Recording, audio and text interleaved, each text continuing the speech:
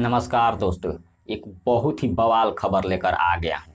आपको बता दें, आज बिन बताए खेसारी लाल जी का एक बहुत ही बवाल टीजर रिलीज कर दिया गया है। एकदम बवाल टीजर इसका रिलीज किया गया है। आपको बता दें सबसे पहले गाने के बारे में, तो गाने का बोल है डीजे लगा के गरियाब, जो कि आज से 1 साल पहले इसका ऑडियो रिलीज किया गया था, लेकिन 1 साल बाद इसका टीजर रिलीज किया जा रहा है।